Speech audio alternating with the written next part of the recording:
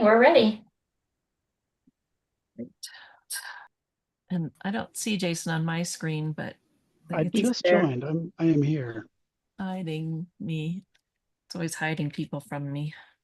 All right, can you hear me okay, Susanna? Yeah. Oh, great. All right. I think we're ready to begin. First, we will call the roll, and I see Taylor on the screen. Here, yep. Sam is here. That's right. Kathy is here. Yes. And Jason is here. And Justin is just joining. So as he gets his audio going, we'll mark him as present as well. Hi, Justin. Hi, thank you.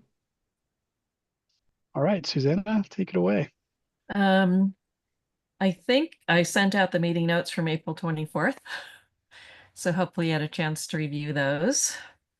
Um, and since the recording is the official meeting, it's just a matter of keeping people up to date in an easy way of following the conversation. So we don't have to do anything with that. 617 is under construction, I assume, or close to being under construction. And they contacted me about approving a fence for their backyard, which I did. It'll be a wood fence, a wood slat fence with metal uprights that was consistent with the guidelines. So there was no issue there.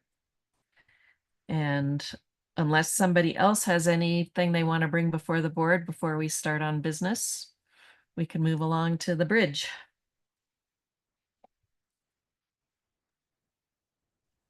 I don't have anything else, Susanna. Okay.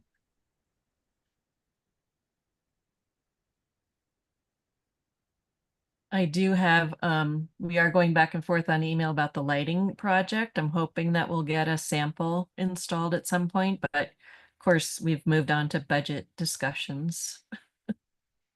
Who knows how long that will take.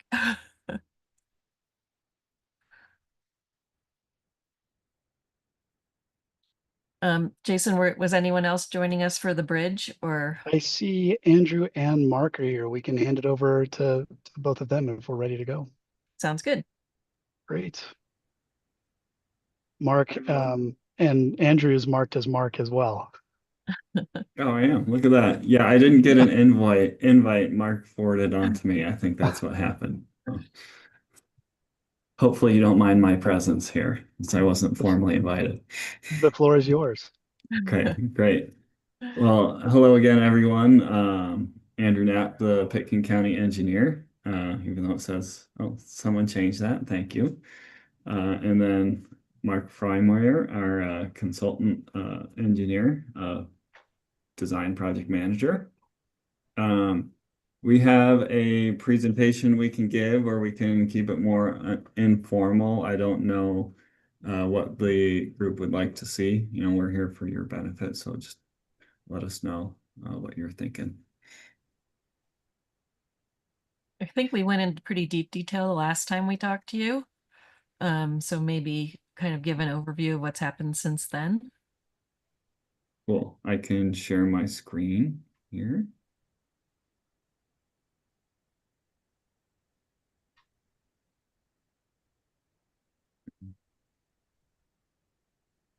Are you all able to see the presentation slides here? Great. Yeah. So we just to recap, we took the input from our last public outreach phase as much as we could. We made some minor design tweaks. I'll highlight for you guys here.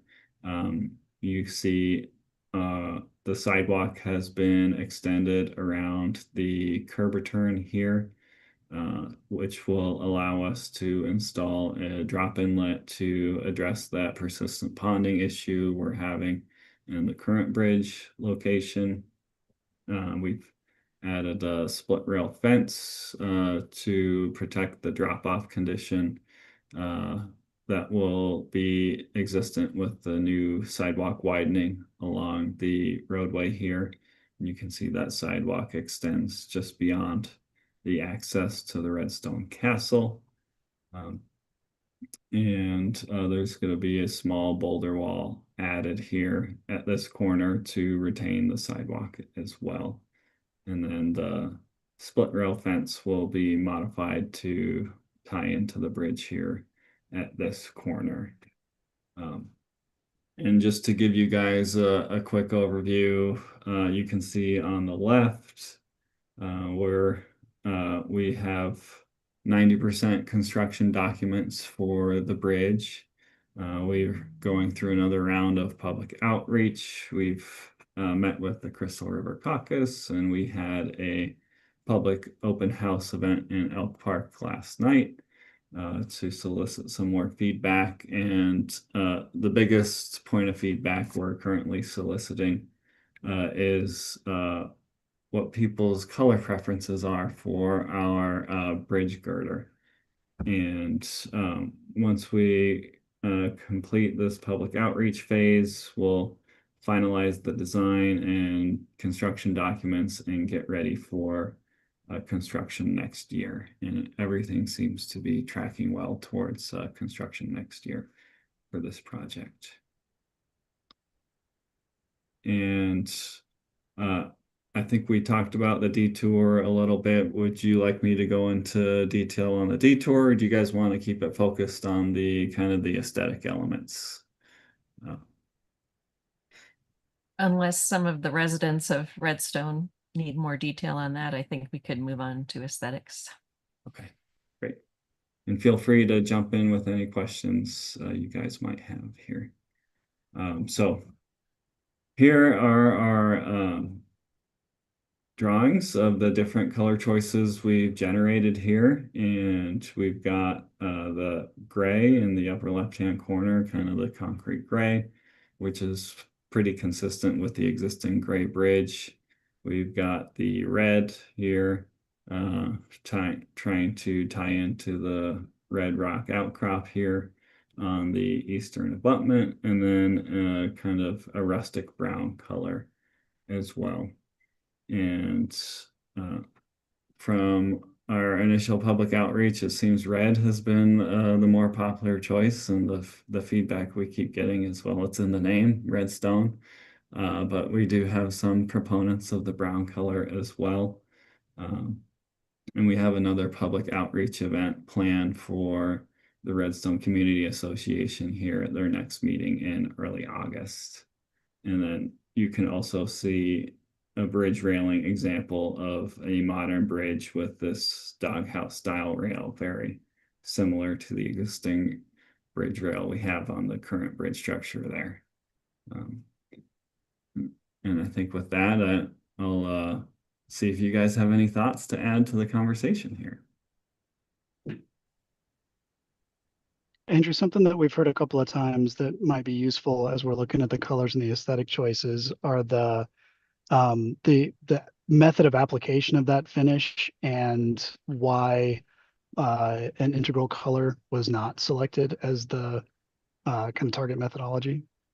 Sure. Yeah, that's a good point, Jason. And it's something that I was interested as well, is that integrally colored concrete.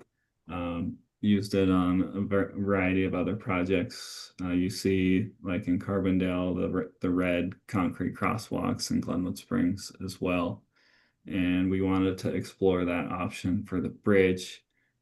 So the design team, Mark specifically, reached out to our precasting yards in the state to see if they were able to utilize integrally colored concrete for these precast concrete girders. And the answer was unfortunately no. They're not able to use that integral color in the precasting of these concrete girders. You know, the mixed designs are very tightly controlled for these structural elements, and they have lots of testing and approvals, and there hasn't been any mixed design that's been approved with integral color for these precast concrete elements. So since that isn't an option, this color will be applied after the fact in the field after these girders are set. And Mark, can you kind of give some more detail kind of on that methodology? Yeah, absolutely. So what we'll be doing instead is what they call a structural concrete coating, which is essentially concrete paint.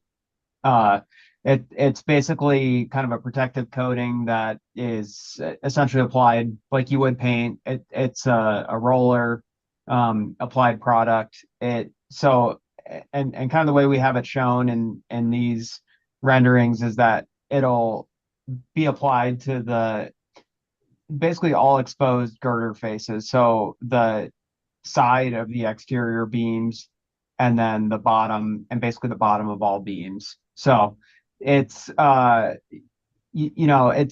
it's not as ideal as integral color just because like any paint it can fade, or if there's any spalling or anything happens with that surface concrete, you're kind of back to the original concrete color. But it will provide a nice finish. And it is something that could be reapplied if that happens. And I think we'll get us a nice kind of final appearance.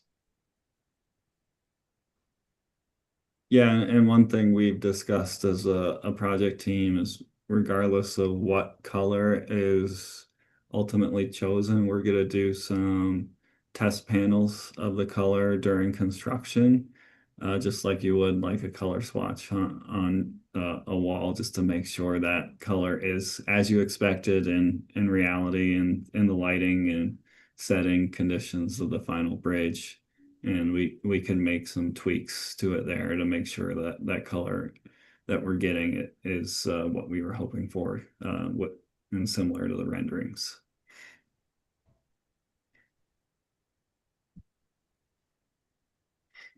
I think the other thing that's useful for this group, because we talk about the aesthetics of finished materials on the boulevard and in the district, is with the doghouse style guardrail and the existing guardrail. We all know that one of the things that gives the bridge its character is also one of the reasons that it's kind of failing in the way that it is, and that there's a lot of rounded kind of river rock aggregate in the concrete mix.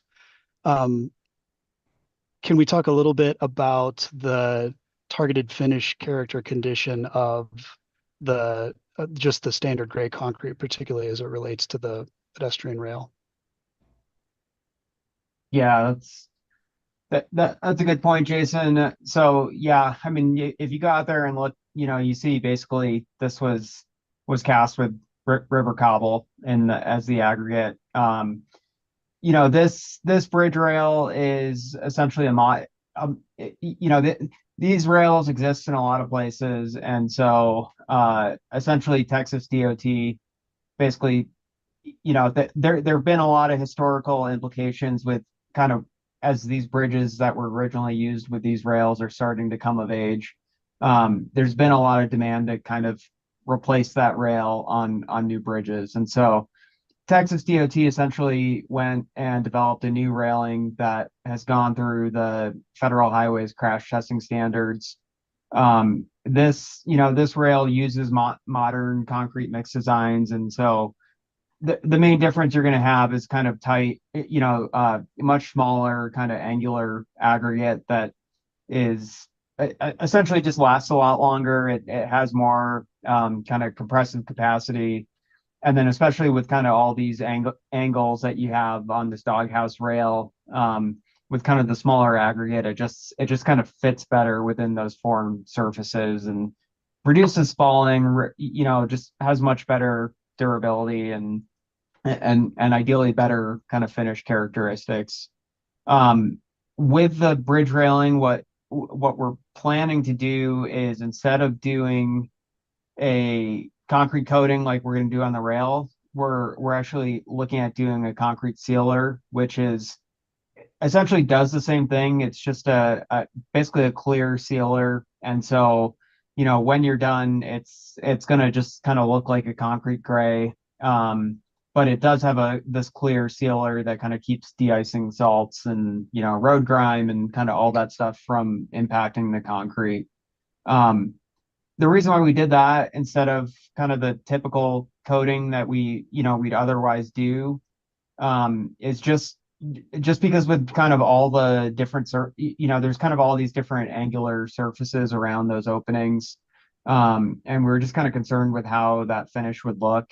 And the sealer ideally will just kind of give it that sort of nice, sort of natural concrete finish, and ideally just kind of keep it looking as much like the existing railing as possible. You can see in that picture below of that example that railing actually does have a concrete coating on it. So that's kind of why you see more of that tan color than kind of a concrete gray. And so that's kind of what we're doing to try and make it match what's out there as best as possible.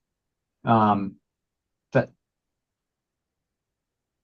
Yeah, another thing to add, Mark, that was a good explanation, is modern concrete mixed designs have tightly controlled air percentages. So there is entrained air within the concrete mix.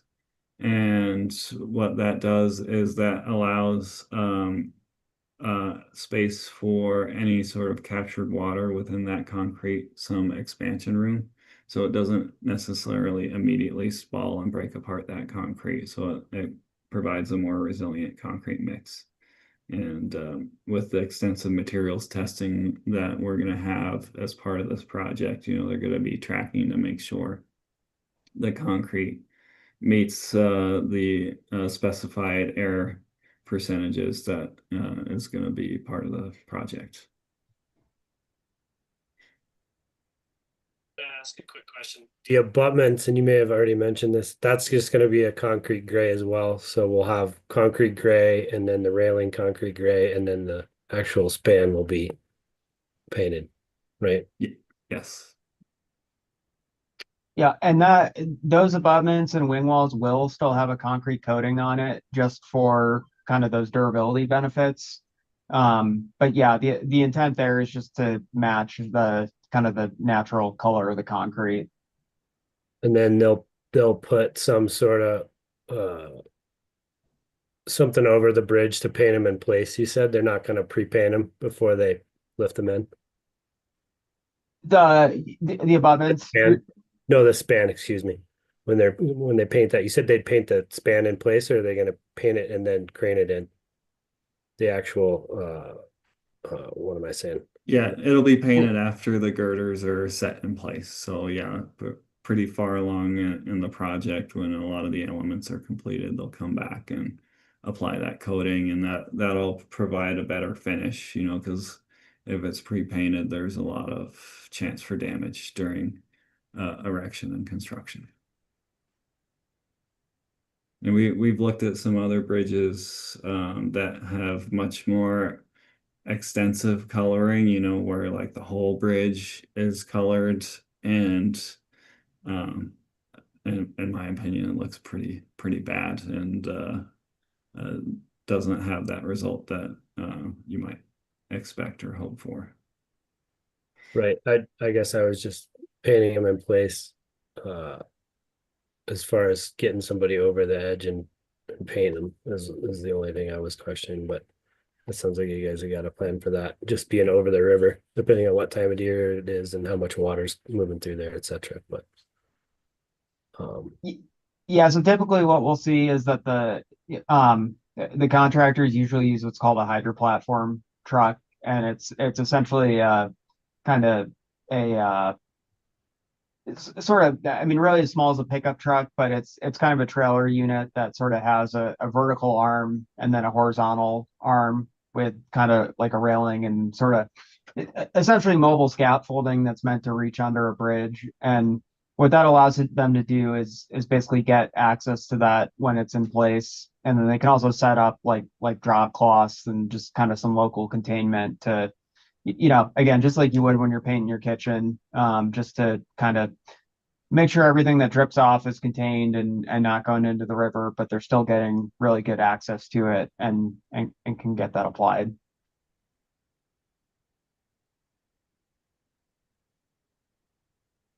yeah. Does anybody else have any other questions? Anyone want to put their 2 cents in on what color they like?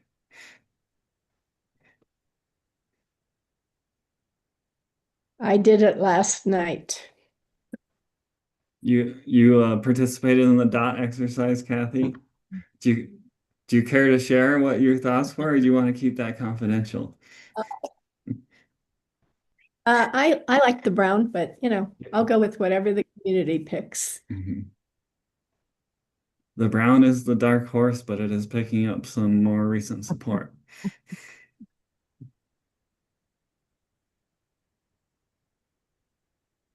I'm sure we'll get some robust feedback at the RCA meeting as well. We're typically not shy with opinions at that meeting.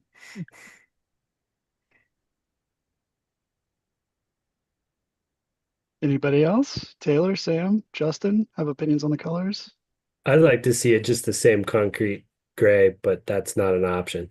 So I think out of the three choices, It is an option, but you are the first person to put in that opinion. I actually would agree with Taylor, just aesthetically myself, but I would be happy to defer to the community at large. Yeah, just viewing it through a maintenance lens, it seems like that could be a viable option to, none of the above, none of the three. Mhm. Um, Even with the gray, Sam, that's a kind of great segue. Even if Yeah. it was a gray, it would still get a concrete coating on it to provide that protective element to the concrete. It just would be a gray color as opposed to a red or a brown. Okay, so it's not a clear coat. It would be gray. It would be. I mean, we could Okay. do a clear coat similar to the railing. Yeah, certainly if like that was the preference and the opportunity and the preference was just to make it look like cast concrete, that's certainly something we could pursue, is just looking at doing a sealer on it as opposed to the kind of concrete coating or concrete paint.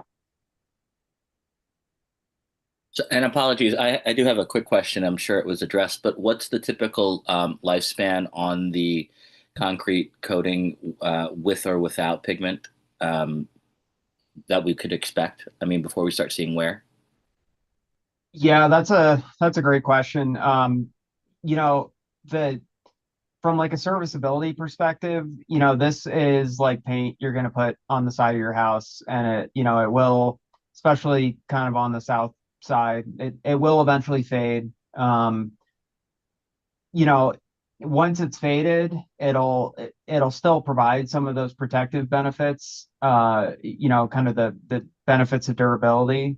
But in terms of like when that color starts to change and it starts to fade, it happens pretty quick. I mean, Andrew, I'm just trying to think about Castle Creek, and even that looks kind of different than it did back in 2019 when we applied the coating. So that it's kind of a long-winded way of saying that that the color that you put in there the day it's built won't be what it looks like a year and 5 years and 10 years later. It will still be providing that protective benefit. Sure. So And just for a point of reference, I've got experience working with this kind of stuff in Glenwood Canyon. Those structures were completed in 1992, and that coating has not been reapplied. And other than when it's been exposed to direct wildfire flames, it's been performing well. Sure. No, I think in the it's canyon. clear the benefits of the structural benefits and the maintenance benefits and such. I think that that's a great thing. But just to Sam's point, and something that Taylor, might be kind of alluding to as well, is the idea that if there is a natural aesthetic wear on this stuff that will happen quickly, maybe there's a benefit aesthetically to just have it as a clear coat. But again, the community at large, like you said, I think the RCA will probably have an opinion. You'll hear a lot there too. So I'm sure we'll get through that. But 2 cents Yeah. that, yeah, from my perspective, I think keeping it clear is functionally and aesthetically would probably be my choice on that. But again. No, point taken, Justin. I have had a few members of the public with very adverse reaction to an all gray bridge. I can imagine. Yeah, I totally understand that too. Yep. So the opinions have been quite varied, right? Consensus in anything is hard. But one thing we've been talking about with the fading, right, is especially with the red, right? The redstone around the community isn't all the same color, right? There's a lot of shades of red, and if you kind of start darker and it fades through the years, you're kind of gonna be kind of keying into the different shades of red as that fading happens through its lifespan. No, it's a great point. It's like the natural patina starts to match the surrounding. Absolutely. No, it's a very good point. And again, I don't think it's something that'll hold it up, but just to the point of, aesthetically, yeah, I think whatever the community at large starts to lean towards, I think it'll be fine. I think the functional aspect of it goes without question. I feel like everybody should be behind that at this point.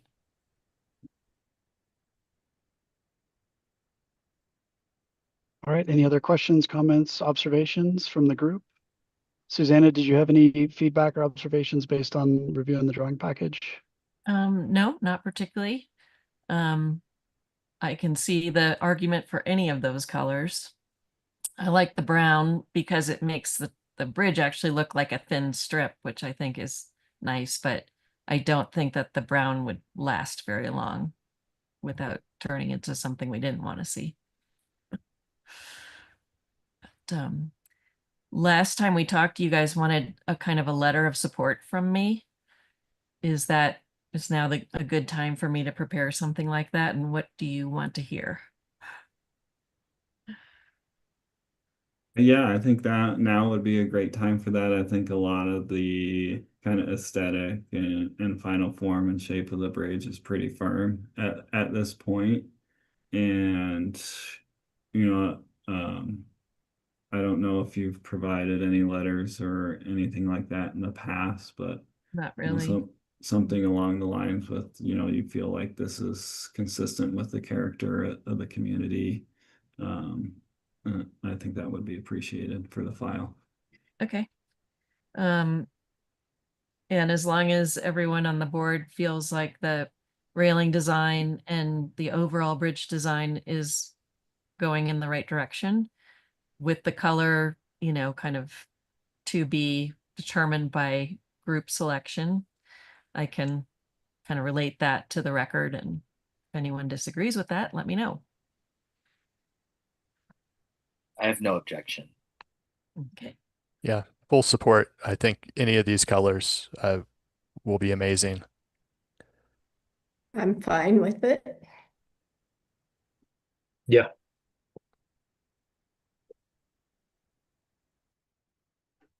Okay. All right. Yeah, thank you very much, Andrew and Mark, for walking us through this. We really appreciate it. Yeah, no, definitely appreciate your guys' time and input and support here. And if you have any concerns or questions that maybe you weren't comfortable sharing in a group setting, you can reach out to me, and happy to listen. And I think it feels like we're getting pretty good community coverage. And Andrew mentioned that the RCA meeting in August, this kind of same set of presentation materials will be available. And I think everybody knows there's a project website on the Pickens County page where these materials are also available. And there's an opportunity to get email updates, provide feedback, take a look at project schedules, detours, all of those kinds of things. And so anyone else in the community that you talk to who has questions or concerns, that's a great place to direct them. And then they can get to Andrew that way as well. So the more people know and have access to the materials, certainly the better. Thank you, Jason. All right. I think we're ready to move on to the next agenda item and we can let Andrew and Mark go. Thanks, guys. All right. Take care, everyone. Thank you very much.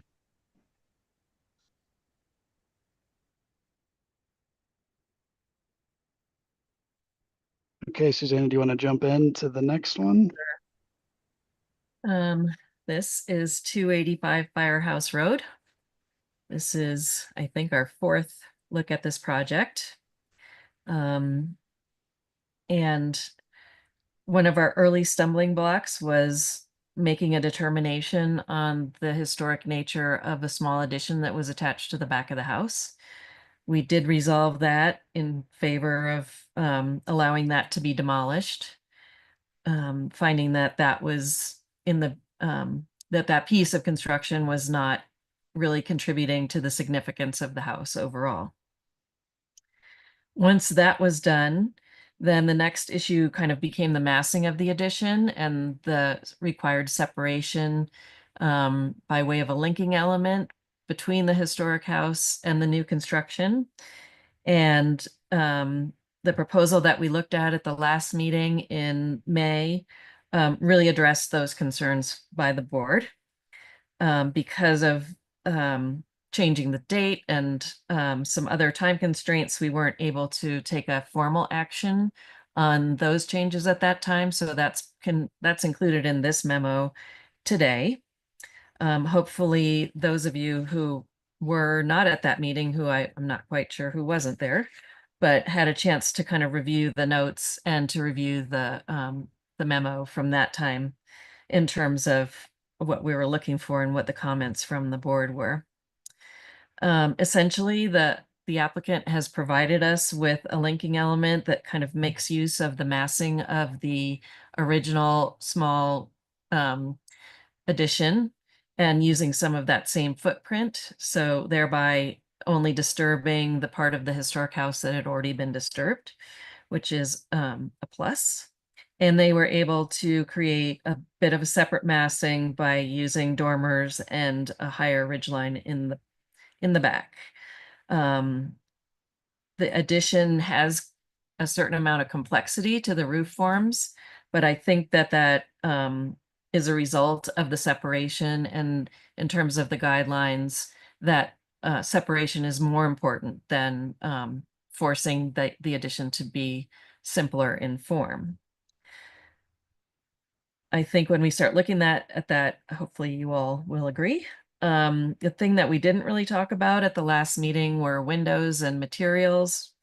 And we should touch on those at this meeting so that we can give the applicant the go-ahead to move forward with their permit drawings and get this in the pipeline.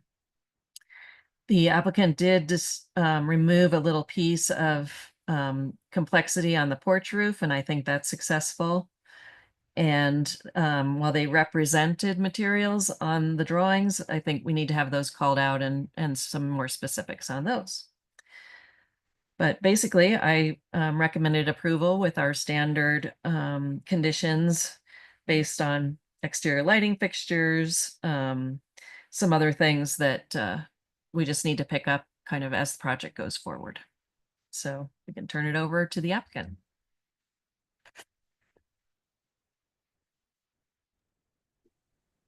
Thank you, Susanna. I'll go ahead and share my screen. We can take a look at what a friend of mine usually refers to as pretty pictures. Too many things open. Let's see. Share.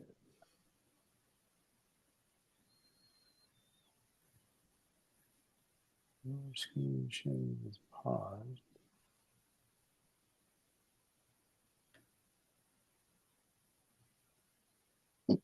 I'm guessing no one can see the sketch views, sketch renders of, because I can't see them anymore. And It says you're screen sharing, but we don't have images. yeah, it's not working on my end either. Let's try again. I might be able to do it. Sure. I have it up, but I also have lots of other things on, and so it may just be a confused computer. I don't know. Let's see.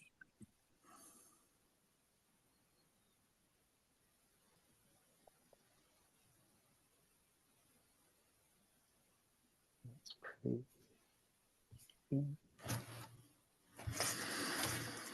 Yeah, it's not working on my screen for some reason. Okay, let me see if I can get it to work on mine.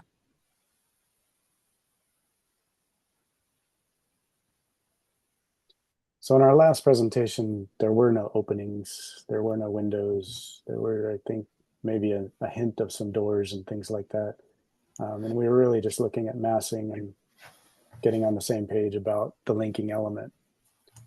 So as Susanna mentioned, this one gets into more detail, shows some of those details, illustrates where our intent is to put windows and openings and that sort of stuff. Is that showing? Yes, I can Okay. see it. I don't know, hopefully everybody else can, but that's showing the rendered views. The main thing that I guess I would point out is in the upper left-hand corner, we're looking at a north view. And as I was going through this process, we've got a material palette on the ADU right now, or sorry, CDU, caretaker dwelling. And for what I think is obvious reasons, kind of brought that palette over to this addition. But there's no vertical siding, and there wasn't any clear, at least in my mind, material choice that would best fit where we have the linking element. So in that upper left-hand north element, you see that where the little cursor's moving around right now, that is on the inside of the house, the butler's pantry, and an opportunity to do a change in material. That what I'm showing is a vertical siding. Because of the severe fire hazard, it would end up being probably a hardy type product that would look like a lap siding. We could also do a board and batten, but what's illustrated in these drawings is a lap siding to kind of go along with the horizontal lap siding that is actually two different sizes and a uniform color, both in the shingle portion and in the horizontal dual size siding. So the intent essentially was to create a zone there at that linking element where, like the rules say, make it clear that we're doing something different, and this is where that difference starts. On this north side, it's very clear where that occurs. On the south side, in my mind, it's also clear, but it's set back so far that it's kind of hard to see in these renderings. And it's to the right, and it's to the right there on south number 3. You just barely sort of get a peek of it. Basically, if I move further to the right, I start getting in the way or getting cut off by the caretaker dwelling and can't see all of the view. So, but the other reason for showing this particular view is to also catch the window that is in the kitchen, kind of looking directly at that linking element as well. And also showing that the roof over the kitchen kind of goes up along next to the upper bathroom area. And, all of the pieces and parts, like she indicated, are relatively complex, but it's because we're trying to take care of a number of smaller items and just have them make sense. So just basically wanted these renderings to sort of highlight all the different elements. Colors, I could share my screen to show the different colors, but and we'll have to have Matt tell you what the exact color is, but it's a very light green, essentially over the whole caretaker dwelling. And I'll let him speak to what his thoughts are on colors and that sort of stuff. So what I've introduced as part of this document set is the palette that I think fits best. One of the other options is to do, instead of what looks like a vertical wood siding, I've also successfully done in the past a vertical corrugated metal siding. And when you do corrugated metal in a homogeneous color, it ends up looking more like a soft texture than it does looking like, an ugly metal. So there's ways to keep it looking nice, but that's something that Matt and I are still, coming to grips on how best to deal with that vertical siding and whether that's even the right choice and that sort of stuff. So honestly, the window openings and the material choices were sort of the next level, and I don't really have much more to add. I would like Matt to sort of jump in here and provide his thoughts on some of these things. The other kind of most different or least shown in previous, let me say that differently. One of the things we talked about near the end of the meeting last time was how to deal with the walkway that we're looking at right now at the center of the view. That walkway is lower than the ground immediately in front of it, which is where we're standing essentially looking at it. So we wanted to create a patio that gave the opportunity to create a step to stop water from landing on this, but also a patio that would allow for the grade to, continue its, soft, natural progression down towards the building, but also not create a waterfall effect right into, the kitchen. So that's what that rounded patio area is indicating. I'm not sure how much of the CDU patio shows up, but what we're showing there is very similar in rounded effect and so forth on the C. I don't think it shows up, honestly, No, maybe a I little don't. bit. Yeah, just here. Yeah, and that was really just grading. Matt talked about wanting to do stone of some kind as the surface and doing a stone seat wall essentially as a retaining wall to hold back the grade along the area where the cursor is moving. So that's as much as I have on my docket, really. So I'm here to take notes and kind of get things right for Matt and be a sounding board and answer questions. So if Matt's ready, take it away. No, I think you covered every. Good evening, everybody. All of that makes sense. The color that's on the CDU is a Benjamin Moore historic color, Saybrook Sage. So the intent was to finish it the same as what the CDU is with the white trim. The linking element, honestly, my preference would be to have like a batten board detail. I've seen that on other historic properties, and I've always thought that looked really cool.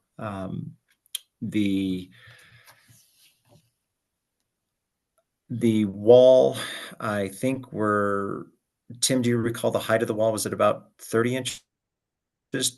24, 22, something like that. Actually, it was It's less 22. than, it's less than 24 inches in height Yeah. in terms of that seat wall. I think it was 21, 22 inches, something like that Right. at the rear of the wall. So at Yeah. the highest cut essentially. And so the intent was to have the top of the wall essentially be just high enough to stop the dirt. Yeah. That's So, and rendering number 8 that's on the screen there, shows a good view of it. So so that was the purpose of that. And that also, that patio would be extremely useful. So it's retaining the grade and drainage, aiding in the drainage, and then providing an area for a table and a chair set. The windows and doors, I was going to match the manufacturer that we use next door. They were very good quality. The question would be, next door we did divided light, where I don't have, other than the upstairs windows here, there's no divided light. So Tim, we had a conversation briefly about that months ago, and I think we decided to, well, I can't remember. You had an argument for both. So whether we went to plain glass or if we introduced the divided light to make it that, tying it in more to the structure that's there, the CDU, or if we leave it without divided light to tie into the house. So I've spent so long, I've forgotten what the strengths of either were. What the renderings show right now is no divided light. Okay. And the proportion and size of the windows are very similar to the main house, but have no divided light like the CDU. So we're sort of a hybrid. Yeah, I like that. Yeah. So we have, the color would be the Saybrook Sage, with the white trim. The windows would not have divided light. And the linking element would be a batten board. And I imagine that'd be finished in the same color, correct, Tim? The Saybrook sage? That Yeah, would all, okay, yes. so we wouldn't introduce a different color just for that. And then roofing all matches what's on the house now since it's a modern roof. Yeah, I think that covered it with that. Was that all the questions? Yeah. Yeah, that's all really that we're talking about. And in that northeast view that we're kind of looking at in the lower left, you can see the top of a chimney. Honestly, my hope is that that linking element can be, essentially what I've shown in the drawings here is that that 6'8" of framework and stuff is all of the same framework that's there now. My guess is that it would have to be stripped back to basically the surface of the framing itself and resurfaced, have new plywood and all that sort of stuff put on it. But the hope is to preserve that chimney because although it's not, in my view, after looking closely at the chimney that's on the main house and looking closely at this chimney, which comes up from the addition, in my view, that particular chimney is not historic. It still has the same stone from the 40s. It's got the same proportions and all those sorts of things.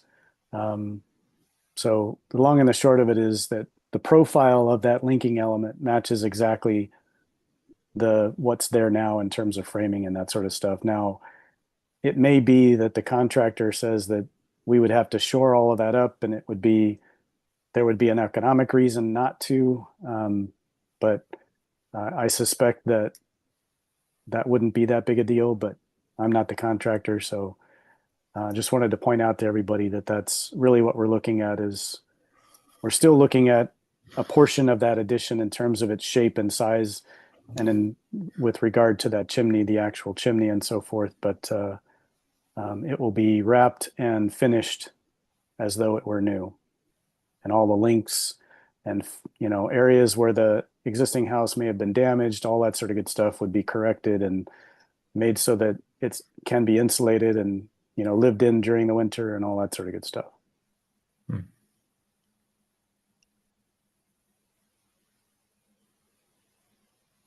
So I'm open to any questions, suggestions, that sort of stuff. I just want to clarify one thing. Did you say that the window design on the addition is still schematic, or these are the windows that you want? This is the intent. Okay. Yeah, they're double hung. Actually, what you can see in that same northeast view is a casement because it's a single pane, and that could actually be a fixed unit. So I went ahead and put that as a casement, but it could also be an awning. But double hung on the backside because it's a wider unit, and then double hung on the lower level. Okay. So I recall this. Yeah, Tim, this goes back to that same meeting we had where the double hungs were in the current house. So we just elected to carry, where the CDU has casements, we did double hungs here for aesthetic. Correct. Okay.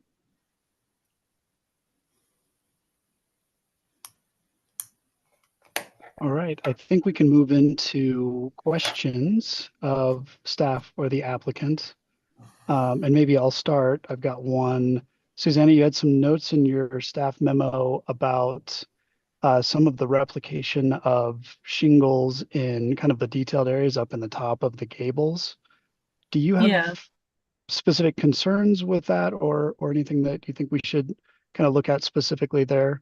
And the follow-on question will be the intended color for those. Yeah, I don't necessarily have an issue with the shingles. I think I was referring, there were at one time the scallop detail that shows on the front, the historic front porch and the gable end of the historic house.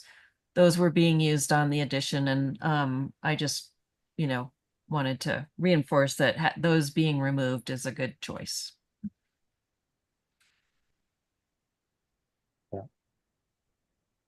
If folks would like, I do have a current photo of that CDU if they would like to see what that color is.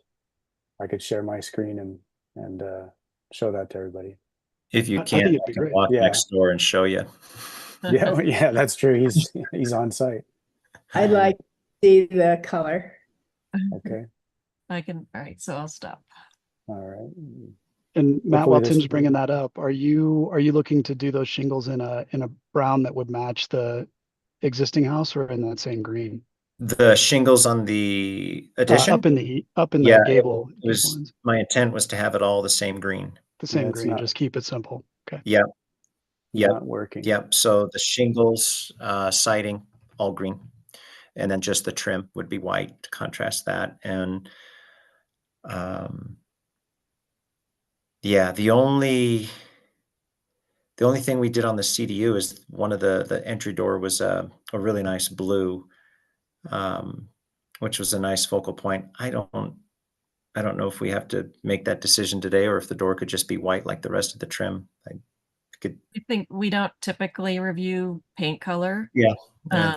So I think it's just sort of the intent of making things distinctly different. Yeah, this will be distinctive. Yeah, it ties into the CDU, so it just kind of makes sense that the property had an improvement in 2025, 2026. Yes. I am not able to share my screen still. I dropped the image that I was going to share into chat. So Susanna, you might be Yeah. able to pull it up from there. Let's see.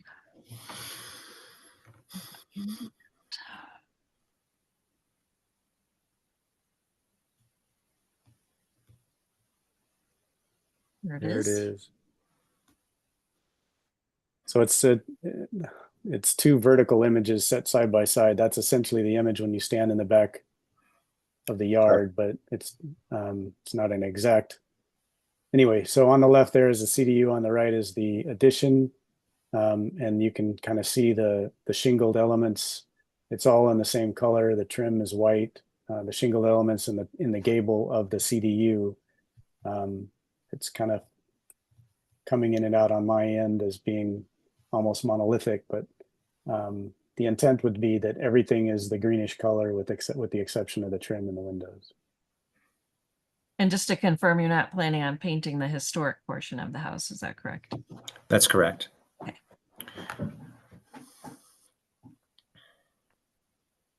Other questions for Susanna or for Tim and Matt from board members?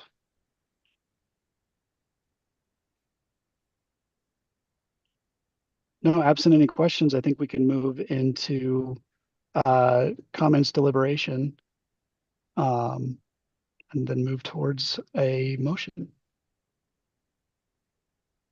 Anybody have comments that they'd like to make? I like it. I think we've worked it over pretty thoroughly over all these meetings, and it looks to me like it's looking good. Yeah, I would just Yeah, second these comments as well, and just extend my appreciation to the applicants for continuing to work with the comments that they've received. But I would, be very comfortable with moving forward with a motion if the rest of the board is as well. Sam Taylor? Sure. Yeah. No, similar sentiments here. I think it gets better and better. So as tempting as it might be to keep going, that's a joke. I'm ready to move forward with a motion if others agree. Yeah, I agree. Great. I just wanted to add, as Justin did, a thank you for working with the board. I think this is a really positive outcome on a really challenging project. We talked about at the beginning, the small size of the existing historic house makes a lot of things really difficult, and it pushes you towards some challenging compromises and some complexity that actually is really difficult to balance with what makes sense for the livability and what makes sense for this historic structure. And I think you guys have resolved these issues really well. I noted Susanna pointed out some of even the kind of smaller details that were still pushing towards complexity had been kind of ironed out. and it looks really great. Opening the drawings, was excited to see it and really happy about where it had come. So hopefully both of you are happy with it as well. And I know not reviewing things like the colors specifically and not regulating for the colors, really appreciate the way you've approached making a cohesive whole out of kind of all three structures, for lack of a better term, while still really celebrating the historic structure and showing that as distinctly separate. And the way that you've described the cladding, the material finishes, I think that would be something we would just want to add to a motion for approval. The descriptions of those material finishes, I think the board and bat on the linking element makes a ton of sense, and then echoing the variable siding to echo the CDU makes it, or the ADU makes a ton of sense as well. So thank you for bearing with us and working with us. I do think this particular property, and Matt, I know you've talked about it a lot, how long you've known the property and how much you love the building there. I think it merited a high level of scrutiny, and I think this board did a really good job of keeping those conversations positive and solution oriented, and trying to provide clarity in direction or suggestion where we could without trying to design the house for you. And that's a fine line to walk as well, because that's not our job, and it's not what you would want either. So again, thank you for kind of being a part of the process and bearing with us through this. Sure. All right. I would entertain a motion. I'm happy to make the motion. All right, I'll do it, and I'm going to try to do it a little bit more officially. Let me grab Susanna's memo here. Okay.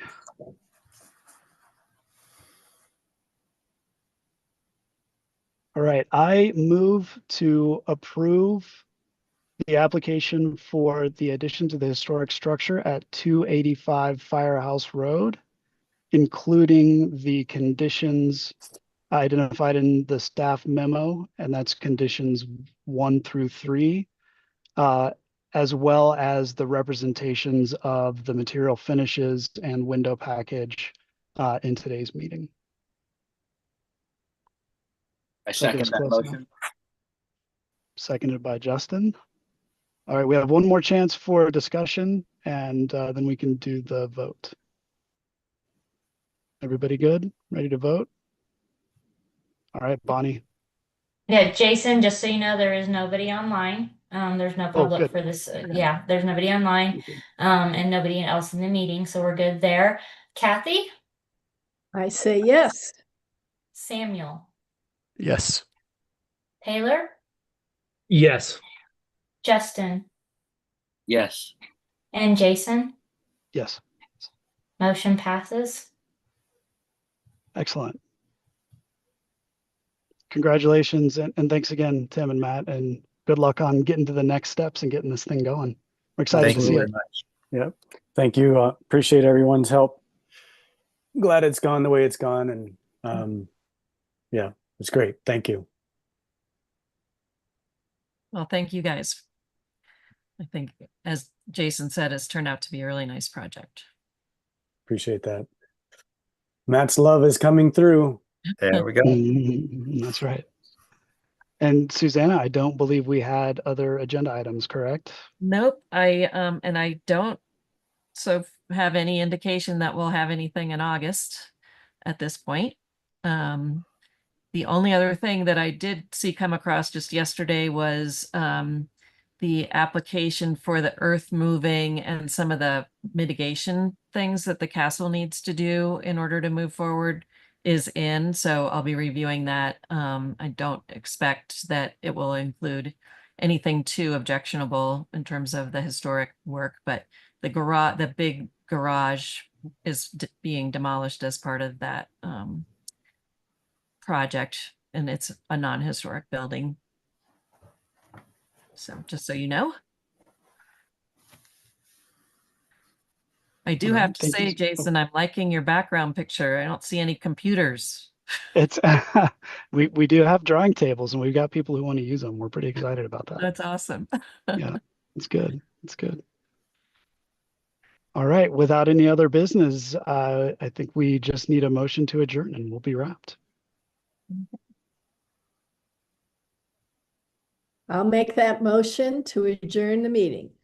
Thank you, Kathy. We are officially adjourned. Thank you, everybody. Thanks Thank for you. another Wow. very efficient meeting. That's right. All right.